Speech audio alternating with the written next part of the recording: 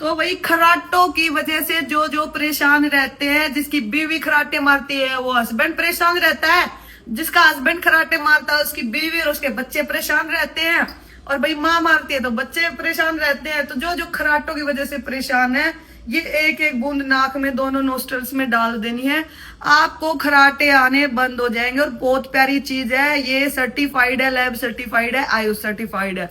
अगर आपने इसको परचेज करना है, मेरी बायो में नंबर है। ये छोटी सी पूड़िया बहुत बड़ा धमाका, बहुत प्यारे रिजल्ट है इसके।